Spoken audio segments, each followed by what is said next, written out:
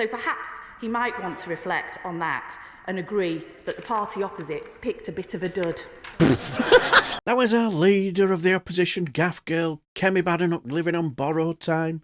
Now, last Thursday in the business of the House in the House of Commons, where Leader of the House, Lucy Powell, and Shadow Leader, Jessie were going at it, hammer and tongs over the assisted dying bill, Lucy Powell finished off her reply by reminding him of an anniversary that was happening on this very day, about our very own gaff girl, Kemi Badenoch.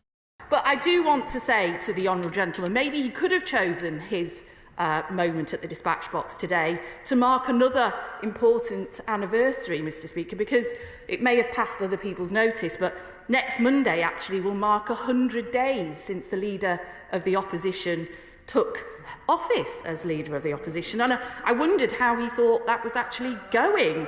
I'm not sure why he's not here today celebrating all her brilliant achievements, but maybe it's because, like the rest of her leadership, they've gone completely unnoticed. Oh no, sorry, Mr Speaker, that we have learnt a few things about the Leader of the Opposition. We do now know what she's against.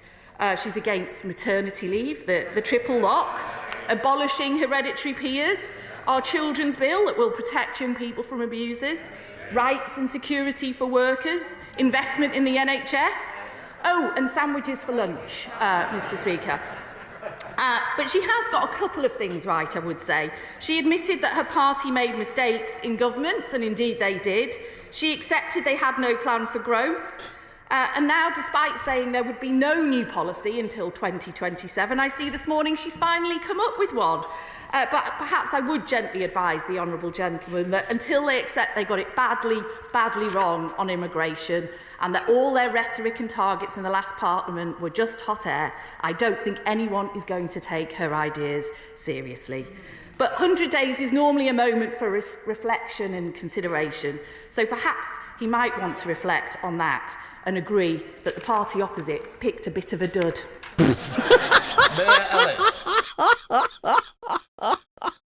Happy anniversary, gaff girl. How's it going for you Tories? Since Kemi Badenoch took the reins. And judging by what I'm hearing from within the membership, it's they don't seem to be too impressed, as her ratings seem to be falling through the floor, and her PMQ's performances have been absolutely woeful as well.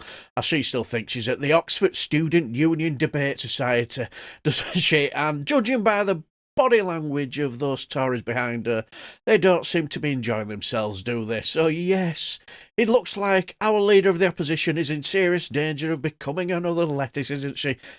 Because there is no way she's going to lead them into the next election, is she? So Lucy Powell's absolutely right. They have actually elected a right dud, haven't they?